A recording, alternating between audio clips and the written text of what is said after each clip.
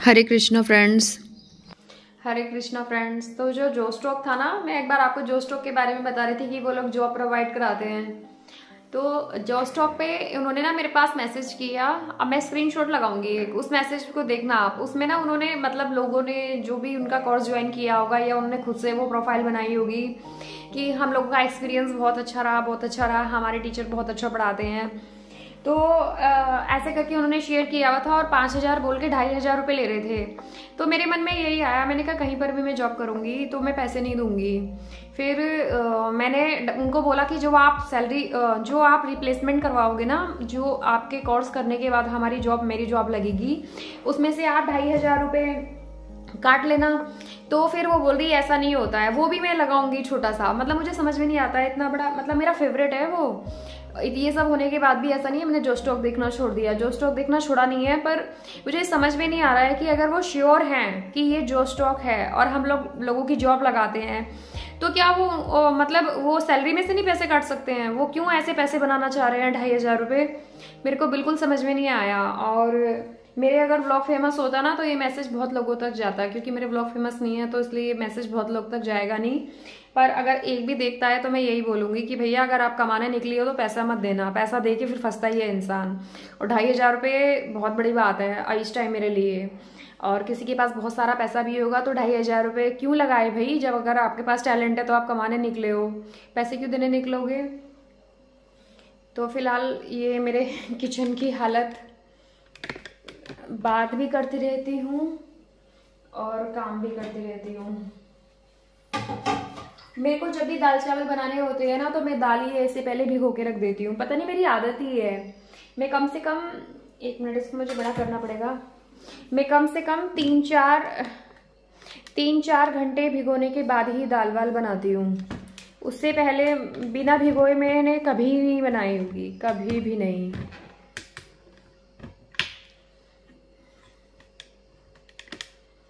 और आप बताना कैसे बनाते हो दाल चावल?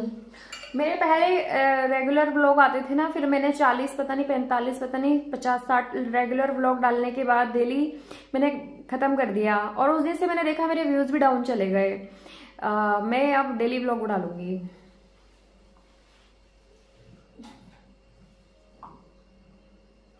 हालांकि इसी मुझे रखना था फ्रिज में, पर मैं अभी इसमें आलू की पिठी, आज मैंने ना आलू ब्रेड चाप बनाई थी।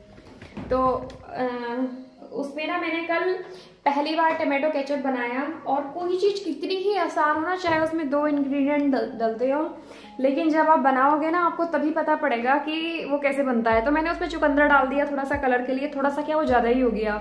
अब उसमें चुकंदर का ही टेस्ट आ रहा है, मैं दिखाती हूँ आपको।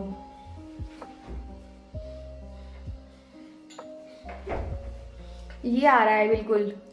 इसका ना मतलब इसका ये लग भी नहीं रहा है, सॉस के जैसा लग भी नहीं रहा है, जैम जैसा लग रहा है ये ना। तो अभी मैं आधा किलो टमाटर लाऊंगी ना तो उसका दोबारा ट्राई करके देखूंगी।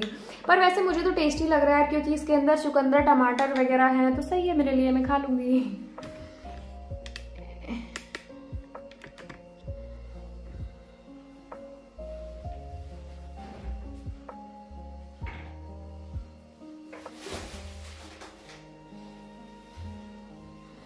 तो कल मैं सब्जी मंडी गई थी ना, तो मैं वहां से वाटरमेलन लेकर आई और उसने कहा काट के दिखा दूं। वो इतने कॉन्फिडेंस से बोल रहा था, मुझे लगा अच्छा ही होगा यार क्या काट के दिखाना। पर जब घर में आकर देखा तो ये बिल्कुल वाइट।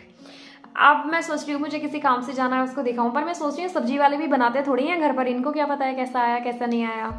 फिर मैंने सोचा चलो इसके थोड़ा मीठा, ये ज़्यादा मीठा नहीं है क्योंकि पूरा पका नहीं है ना, ये वाइट है।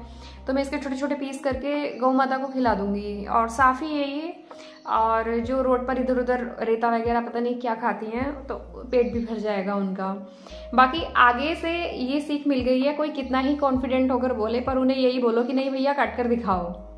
और कई बार पिछले साल मेरे साथ ये हुआ था, इतना चालाक था वो, जहां से वो मैं गला कह रही थी ना उसने दूसरी जगह से काट के दिखाया।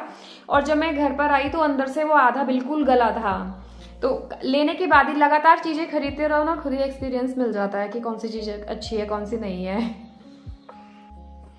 तो मैं ना कई दिन से ट्राई कर रही हूँ। मैंने कहा लोग व्लॉग ना, जो लोग घर में ही रहते हैं जैसे मेरे जैसे, कभी कभी बाहर निकलते हैं, तो लोग व्लॉग कैसे बनाते हैं। तो मैंने देखा कि घर में वो क्या करेंगे ना, ज़्यादातर वो कुकिंग का भी दिखा देते हैं। तो मैंने इतनी सारी चीज़ें बना ली। मैंने सोचा था मैं पनीर की डिश दिखाऊंगी, पनीर कढ़ाई पनीर बनाया था मैंने, वो भी मुझे कैमरा रखना नहीं आया। लेकिन आज मैंने मेहनत करके ना, आज मैंने कैमरा रखा तो सबसे पहले तो मुझे अपनी कढ़ाई गंदी लग गई। इसको मैं इतना घिसती हूँ, इतना घिसती हूँ लोहे की जूनी से, उसके बाद भी ऐसी रहती है। पर अब मैं इसमें और मेहनत करूँगी और इसको और मेहनत करके इसको पूरा चमका दूँगी। मैंने कहा अगर मैं कुकिंग ब्लॉग में ये कढ़ाई, जैसे लोहे की कढ़ाई है ना ये, तो लोहे की कढ़ाई में टेस्टी बनते हैं पकौड़े वगैरह और वो हेल्दी भी होती है। तो मैं आपसे लोहे की कढ़ाई को बिल्कुल चमका के रखूँगी और उससे मुझे अच्छा लगेगा अपनी वीडियो बनाने में।